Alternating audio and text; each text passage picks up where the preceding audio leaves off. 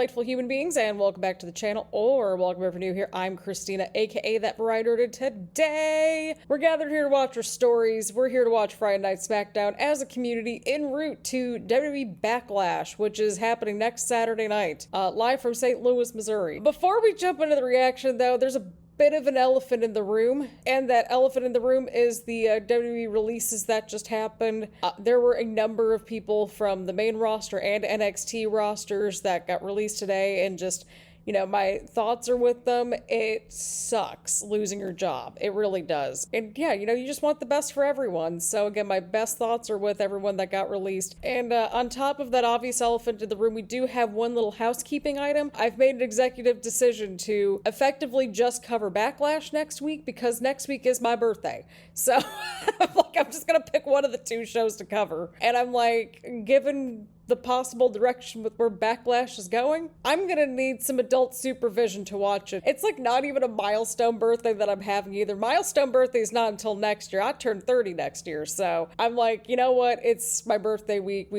I don't think we've missed a single Smackdown reaction video this year, except for like, well, the week that we were at Smackdown at Royal Rumble weekend. So I'm like, we are in need of a little bit of a break over here, and well, it worked out perfectly. So yeah, we won't be here next week for the Smackdown reactions, but we should be here for the Backlash reactions. So, as per usual, grab your snacks, grab your choice of beverage, get comfy and cozy, and let's get to it, people. Alrighty, people, we are kicking off Smackdown. Well, okay, so there's some backstory, right? So, Damian Priest was walking around backstage, and then he got into it with the Bloodline 2.0 with, like, Jacob and Solo, right? So, yeah, that all happened, and LA Knight just kind of walked past everybody, and total legend. It's like, I'm not getting involved in that mess. See, I mean, we're all catching on to this #1 contendership nonsense, right? Yeah, I don't think it went your way at all. Pumpkinhead. Okay, so the LA Knight Damian Priest match is happening later tonight. Oh, I'm sure he tried to help him out. Didn't Drew get involved in that whole situation too? Like, that whole ending was just a mess. Okay, thank you, because I remember the Drew and Damian situation kept going too, and now we've got the LA Knight and Jacob and Solo situation, and it's getting convoluted. We were all fine with moving on. Oh yeah, that's right, Drew is the #1 contender. Oh snap. Listen, both of you lost at WrestleMania. I don't think we can deny that. You see, there you go. He got right back up on his feet. Consistency. Yep. I think he pretty much summed it up. Because he went right for Drew, and then, like, Drew won by disqualification, which is how he got the #1 contender spot. Now he's starting to make it into a problem. He's just like, I'll just keep going if this guy won't stop. Okay, so Davey wants a referee out here. All right, we got a referee coming out here. Alrighty, well, we've got Damian and LA Knight kicking things off. Once again, they start the match right as it goes to commercial break, and I have no idea why they keep doing this. It's like, it will go in one of two directions from what I've observed so far over the last few weeks, right? It's either they just start the match and just awkwardly just goes to the match, right? Like, the match just starts after the commercial break. It's like, all right, is everybody just chilling in between the commercials? Or they go and just, like, are in the middle of the match right as we get back from the commercial break. And it's like, can we get, like, a little, like, quick little, like, replay thing, or just, like, a mini, like, 5-second thing of, like, the cliff notes as to what happened during the commercial break? I just... Either way around, again, this was a good start to the show. And, like, this whole situation overall makes the U.S. title feel more important. I still feel like we're still on the upswing overall, like, big picture-wise with the U.S. title situation, especially where we were compared to, like, a year ago when Logan Paul was, like, holding on to this title. We didn't see it forever. Listen, I've said it before, the U.S. title has been one of the most frustrating titles to watch and just follow along with on the reactions that we've been doing over the last, what are we at now, like 2.5 years? Oh dear lord. Oh, and I turn 29 next week. Oh boy, I've basically spent my late 20s doing these reaction videos. Either way, we're giving this a thumbs up. Alrighty people, we're back from the commercial break, and well, we ended up right in the middle of the match here. We love a fresh match in this household. Of course, this is the first time that these two are going one-on-one. Ooh, Damian going in for the cover right there, and a 2 count. Okay, but I mean, on paper, this is a little bit more even, right? Oh, we got a neck breaker right there. Oh, okay, well, I think he kicked out at 1, right? I think that was a 1 count. I think that was a 1 count. Oh, okay, that just happened. We're trying to keep tabs on everything that's happening tonight on Access. We're kind of watching the show. Oh my god, what is this? They just went to picture-in-picture without, like, the little intro. I was, like, right in the middle of, like, talking, and, well, commercial. I'm so tired of these commercials. Okay, so we came back from the very just jump-cutted picture-in-picture moment, and apparently there was a "This is awesome" chant during the picture-in-picture. That's what they said on commentary. That's a recap. I mean, it has been a good match so far, don't get me wrong, but it's like, you know, I would like to see more of the match. God, I can still smell the bloodline shenanigans. Oh. Because I mean, think about it, like, these two have been, like, involved in the bloodline for a minute now, especially LA Knight. Like, again, I keep saying every week, I'm like, can you just give this dude something just fresh? Okay, yeah, that might be it. I think Damian might have it here. Oh, right by the ropes, right by the ropes. Oh, okay, not okay. I wasn't sure if he was gonna go for the ropes or not, but I'm like, oh no, that makes sense. A little too far away. I don't think either of them are going down that easily. I mean, it makes sense. I mean, LA Knight's a former two-time U.S. champ and kind of, well, one of the workhorses on the show. And then you've got Damian Priest, who's a former world champion and Money in the Bank briefcase holder. Oh!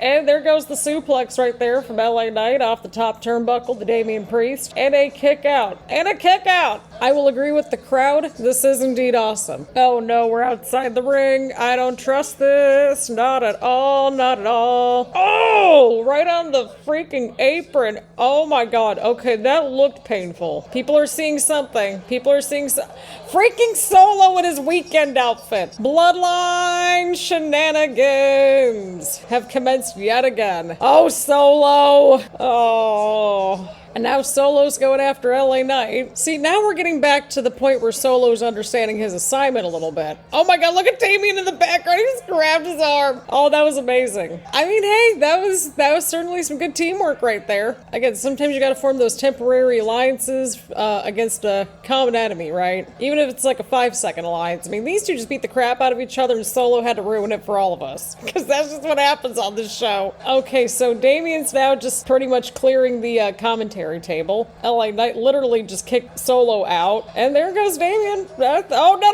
look out, Jacob's right there. Oh, my voice just like went crazy. Okay, so Jacob just ran right into Damian. Well, where's Drew at? Well, maybe he's just watching everybody destroy each other, and then maybe he'll go in for the scraps. Maybe he just sees Jacob over here and he's like, nope, I don't want any part of this, not at all. But again, I'm still very much interested in this whole United States Championship situation, even with all the bloodline shenanigans. So yeah, I mean, we were having a good time in this match, and then the weekly bloodline shenanigans had to happen. So either way, I'm still gonna give this a thumbs up. The crowd was into it, I was into it, and yeah, I mean, we're keeping things moving, people. Alrighty, everyone, we've got Fraxiom versus Pretty Deadly. We are getting spoiled here with the SmackDown Tag Team Division. We had that TLC match last week. If you have not watched that TLC match from last week, I highly recommend doing so. It was crazy. It was beyond crazy. And just Fraxiom is fantastic. And I love how this, someone brought this up last week on X2, I think, where basically just Fraxiom was just started as like an online name, and it's just their name now. I love when little organic things like that happen in the wrestling realm. It's just fun. Look at Fraxiom. Look at them just picking up momentum here. You love to see it. Can we talk about how great Pretty Deadly's gear is, by the way? Again, half the time they have ridiculous gear, but they always stand out, and I can respect that. I respect the dedication. What? Okay, that was a really weird transition yet again to commercial. These transitions to commercial break have just been so bizarre tonight. I mean, I think they just were like L10. Like, what?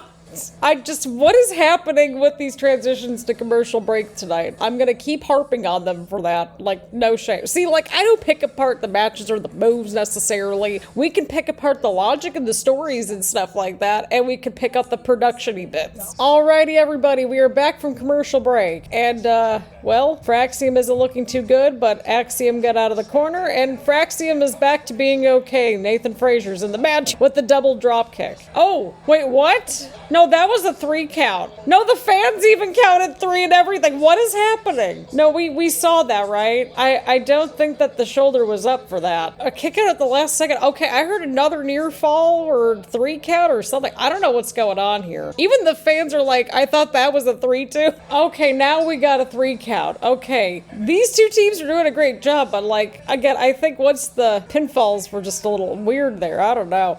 Again, I'm not a trained professional wrestler or zero athleticism whatsoever, which is why we don't critique the moves or whatever. Unless if something's like really cool or like, okay, that might have looked a little off or just something like that. Pretty generic, right? But yeah, definitely something a little off in this match, and I think it had to do with those weird pinfall attempts. This has been a weird show tonight so far. Some good matches, but just still some, just weird vibes. Alrighty, we got Nia and Jax out here. I'm wondering if this is gonna be a revisit for, Nia and Tiffany. I don't know. So you lost the title and then just decided to, okay, well, Tiffany just, well, cut off Nia. But yeah, I don't know. I would think that if, like, somebody cashed in Money in the Bank on me, I'd want to go for that title again, like, I don't know, as soon as possible. Especially, you know, given the whole feud and everything. I don't know. Because these two go back quite a bit. And see, that's what people forgot about, too, that Nia was bullying around Tiffany. I mean, with all the bumps in the road that Tiffany's title reign has had so far, she is just, you know, getting better at, like, adapting and just rolling with the punches, I think. I would love to see Naomi, like, with a women's championship this year. That'd be great. She's been crushing it. Naomi's right. Yeah. Yeah. Tiffany's like, yeah, you have changed. Oh, and now Jade's coming out here. I'm like, just let Naomi just keep going there. Tell somebody to shut up. Look at Jade just like bolting it down there. Jade and Tiffany, they had a decent little matchup last week too, and then all the shenanigans went down. I mean, it's kind of interesting how like everybody is kind of interconnected in this whole situation here of Tiffany, Jade, Naomi, and Nia, and yet it feels kind of fresh here with the women's championship. All right, Nick Aldis is out here. I see what you did there, Nick Aldis. I see what you did there. He's making a tag team match. Alrighty, well, we're gonna get a tag team match. Jade and Tiffany versus Nia and Naomi. Can everybody coexist? Our favorite trope in this household. But yeah, Naomi was starting to cook there a little bit, and so was Tiffany. I mean, I'm interested to see where all this is gonna go, again, just kind of based on all the little layers here. Alrighty, everyone, we got Aleister Black versus The Miz after, well, Aleister Black returned last week, and, well, he kicked The Miz. And interrupted The Miz. Of course, Carmelo and Miz, did they ever, like, really explain why those two were kind of paired up together? I might have missed something, but, I don't know. I still don't know how I feel about the two, being in a little, like, team-up or an alliance. Like, I don't suspect it lasting too much longer, to be honest, but here we are. But, I mean, this is serviceable to at least get Aleister Black kind of a little bit more, you know, reestablished on, WWE and everything. So I'm okay with this whole situation. And The Miz is in firm control as we go to yet another weird picture-in-picture commercial transition. They need to really smooth out those transitions to like the commercial break and stuff. I know I keep harping on it tonight, but it's just something I keep seeing. Alrighty, people, we're back from the useless picture-in-picture. Listen, they just, I would like to know like what the criteria is for a picture-in-picture commercial break. Like, how do they decide which matches, or is it the network that decides it? Either way, we're back from commercial break. It's like half this reaction is going to be me going off with these stupid commercials. But Miz is in firm control. He was just getting into it with the referee. Sounds about right. Oh! Ouch. I heard that. God, ouch. That, like, knee strike, I think it was. Like, that just sounded like that hurt. Oh. Oh God, okay, yeah, that I was gonna say that if The Miz wasn't by the ropes, that could have very well have been it. I don't know. And Miz with a counter. Oh, did you see that counter? Did you just see that counter? Did you just see that? So The Miz was going for a skull-crushing finale, and Aleister Black just went for, he just did that cartwheel reversal thing. And well, he just hit Miz with a knee. What did we just watch? What if we just watch it like the best possible way? Oh, I think, yeah, I think Miz is done, y'all. Oh, there's Carmelo, though. Oh, The Miz with the sneaky pin. Oh, but Aleister Black kicks out and kicked The Miz. I mean, that's one way to do it. That's one way to do it. Notice, though, how Carmelo was right there, right next to the referee on the ringside area. But Carmelo just kind of looked away from the Miz there. Like I said, I don't think this whole situation with Miz and Carmelo is going to last long. But this is a match I want to see. I want to see Aleister Black versus Carmelo. This on paper could be good. I can get behind this match. Just give them a good, like, 10-15 minutes, and I think we're good. Listen, I want to see this match with Carmelo and Aleister Black, but this was a serviceable matchup with Aleister Black and The Miz. Again, it did what it needed to accomplish. I mean, Miz still looked pretty good in this match, too, but I'm interested to kind of see where things go with Miz and Carmelo kind of moving forward, all things considering. So, lots of little moving pieces here, and lots of little different directions. So, yeah, this was good. Alrighty, everyone, here we go. We got Zelina versus Piper. Again, Piper, Alba, and Chelsea, they just understand their assignment every single week. I'm loving the Secret Harvest and just this whole little trio. Well, at least they addressed the women's tag team situation backstage, where it was like, oh yeah, Liv and Raquel are just gone. And I'm like, okay. Like, just... okay. I know Liv's doing a movie, but it was like, okay, so they're just like kind of just away for a while? I don't know. But I guess it's okay that they addressed it. But I mean, hey, we got Zelina Vega out here as our brand new Women's United States Champion. You love to see it. Like, I'm just still very happy for Zelina. She more than just deserves it. And she's just worked her butt off. And I'm just proud of her. Chelsea's like, I've been mourning. Okay. Again, just, I'm always entertained by Chelsea and Piper and Alba. I genuinely am. Again, they just lean into it so much. And you love to see it. You absolutely love to see it. Oh, Piper's on the offense now. Oh, ouch. Right to the bottom turnbuckle. Okay, well, at least we kind of smoothly went to the commercial break this time. Alrighty, people, we're back from the commercial break. Piper's on the offense. Oh, Zelina's now back on the offense right here. Getting back into the matchup. You love to see it. Oh no, Piper just caught Zelina now. Oh boy. Okay, so Zelina's on the top rope, and Piper's about to go on the top rope too. There goes Zelina. Into the cover. Oh, geez. Did you see how, like, Piper just, like, shoved her? Jesus. Oh, Piper just countered right there, I think. Yeah. Oh, huge side slam right there. I mean, win or lose, like, Piper's just consistent in the ring, and we appreciate that in this household. Piper's truly somebody that just, you know, makes the most out of the time that she's got to work with, and we love that for her. Oh, Zelina just ducked it out of the way there. Okay, that just happened. Okay, that just happened. That just happened. Zelina's going to the top rope now, and a moonsault. Oh, Piper kicked out. I gotta say, the fans are into this match, too. You love to see it. You love to hear it. And they're having a good little match right here. I'm all for it. Oh, what's going on here? Okay, I was gonna say, I think Zelina's trying to counter, and she did. I was gonna say, don't, there we go. I was gonna say, don't go towards that other side of the ring, Zelina, because, well, Chelsea and Alba are right there. Oh, Piper accidentally ran right into Chelsea right there. Into the cover. Sneaky pin for the win! Man, you just love to see it, though. Like, you can just see how much this title really means to Zelina, and you just love to see it. You absolutely love to see it. And the Secret Harvest, they just continue to crush it every single week. Always entertaining, always consistent, always understanding the assignment. I'm interested to see where things go moving forward. This was a good match. The crowd was getting into it. So, I'll give this a thumbs up. I enjoyed it. Alrighty, you delightful humans, Randy Orton is out here and addressing the whole championship situation coming up next week with John Cena. I don't know if any of us envisioned a timeline where we would ever have a babyface Randy Orton versus heel John Cena, as addressed literally last week. So Randy has the ability to see John Cena. Oh my god, okay, so Randy always knew that this was like the real John Cena this entire time. So we're doing a justified Menace Randy Orton heel turn justification from all those years ago. Because remember how much of a menace 2009 Randy Orton was? My god. The ultimate puppet master. I wonder who that's in reference to. Randy's bringing up the PG era. Oh boy. That's what we're all saying. Listen, the jorts are apparently coming back, or at least that's what the stores are kind of trying to get to at this point. Because, like, I remember the last time I went shopping, I'm not even joking. Like, all I saw were jorts everywhere for, like, women. And I'm like, it wasn't cute back then, and it's not cute now. Like, think John Cena jorts. Like, we're talking those kind of jorts. And I'm like, okay. And some of those kids that John Cena raised now have kids of their own now. Look at you, Randy. Randy's bringing up how some people are working doubles to afford these things. And I'm like, oh god, we're going back to selling the soul thing again. Oh, God. You tell him, Randy. Oh, he's got to channel the Legend Killer Randy Orton bit, and of course the 2009 Menace Randy Orton. This is gonna be great. Do you know this is gonna end well if they're bringing up the family? Oh, no. Lego-shaped head!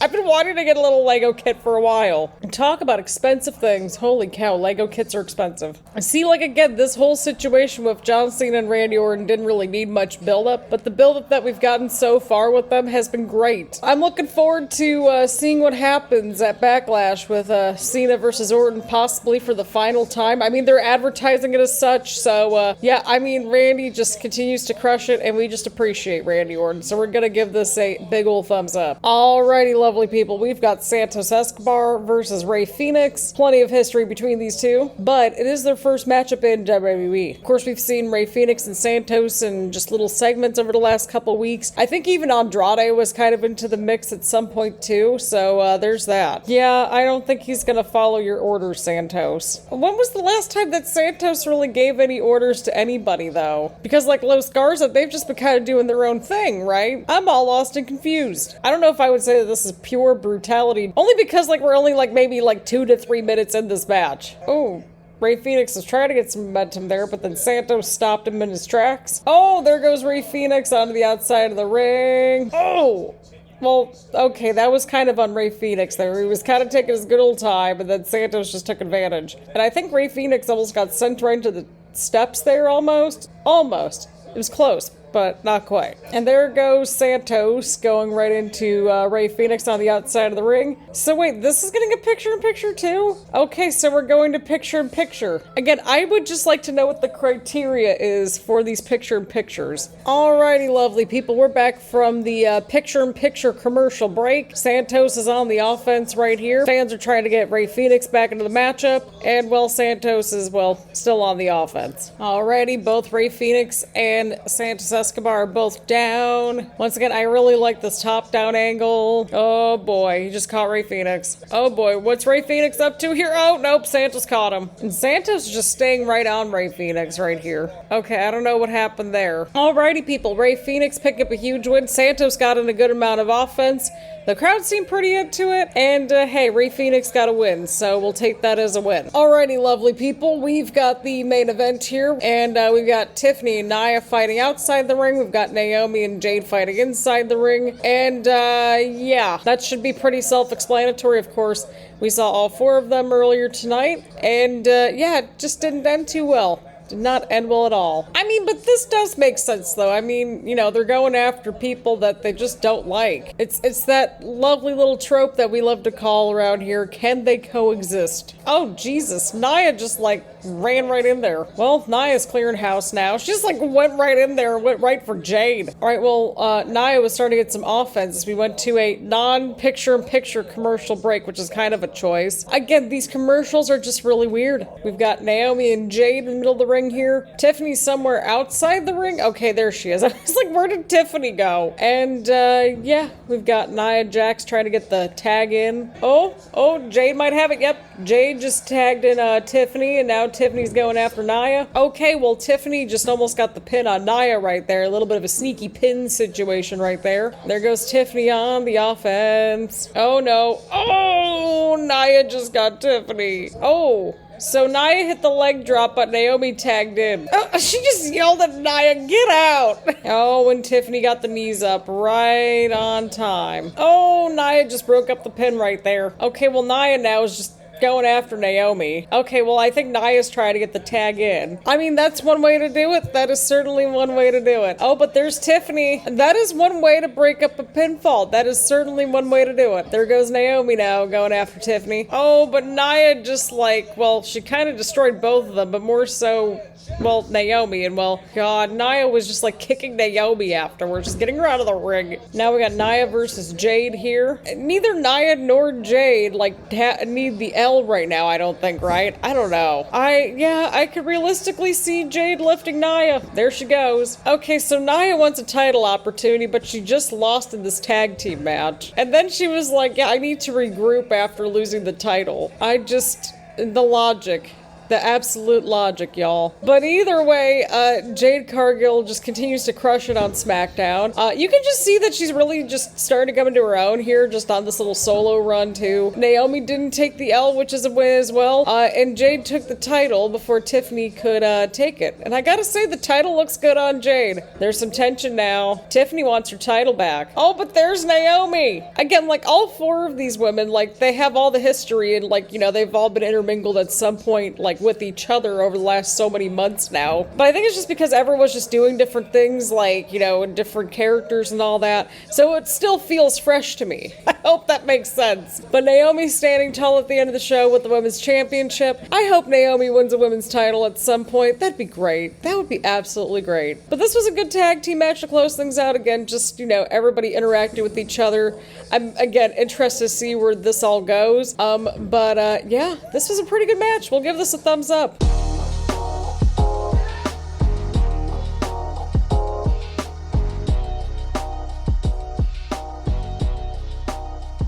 Alright, so I think in terms of like an episode this week, again, this kind of feels like a little bit of a filler episode, which, like, that happens with television. You have your ebbs and flows and whatnot. You know, last week was obviously the SmackDown after WrestleMania, and there was a lot that happened. And then next week is the go-home show.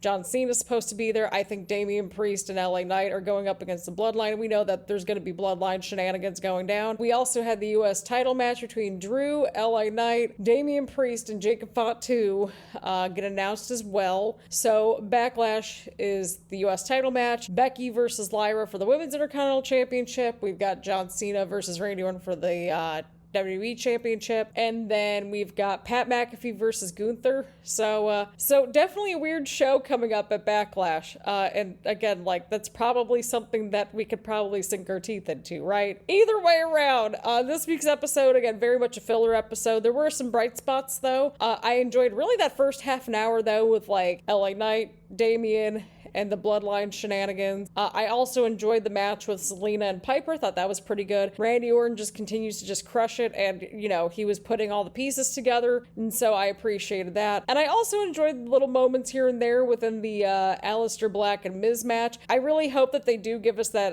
Aleister Black and Carmelo Hayes match. I'm really interested to see if that happens. I'm wondering, you know, hopefully soon they just have the Miz and Carmelo kind of splinter off at some point. I don't know. But yeah, this was a very much middle of the week show. Again, you can tell that they're kind of saving some stuff for next week, which makes sense because it's the go-home show before Backlash and everything. I will not be at that show. That's up the road for me in Dayton. Although it's really funny because there's like a number of shows that are like kind of like within like a couple of hours for me, or at least like right up the road for me. When I say right up the road for me, I mean like within probably 4 hours. Like, I think St. Louis is like only 5 hours away from me. Only 5 hours away. I'm showing my true Midwestern colors here. But like, you know, on May 12th, there's Monday Night Raw in Louisville, SmackDown in Lexington in June, my old stomping grounds for a couple years there.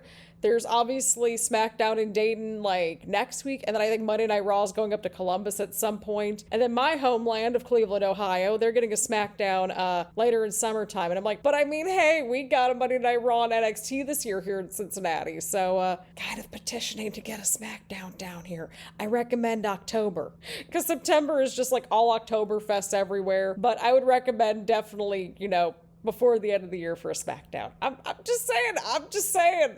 We got SmackDown last year. I'm trying to be a little greedy here. But yeah, I'm yapping too much. Once again, we won't be here for the SmackDown reactions next week, but we will be here for the Backlash reactions. So again, thank you all so much for tuning in. Leave a like, leave a comment, make sure to hit the subscribe button and hit the bell button so you get notifications around here and that sort of thing. Again, thank you all so much for tuning in, and I will see you all in the next one.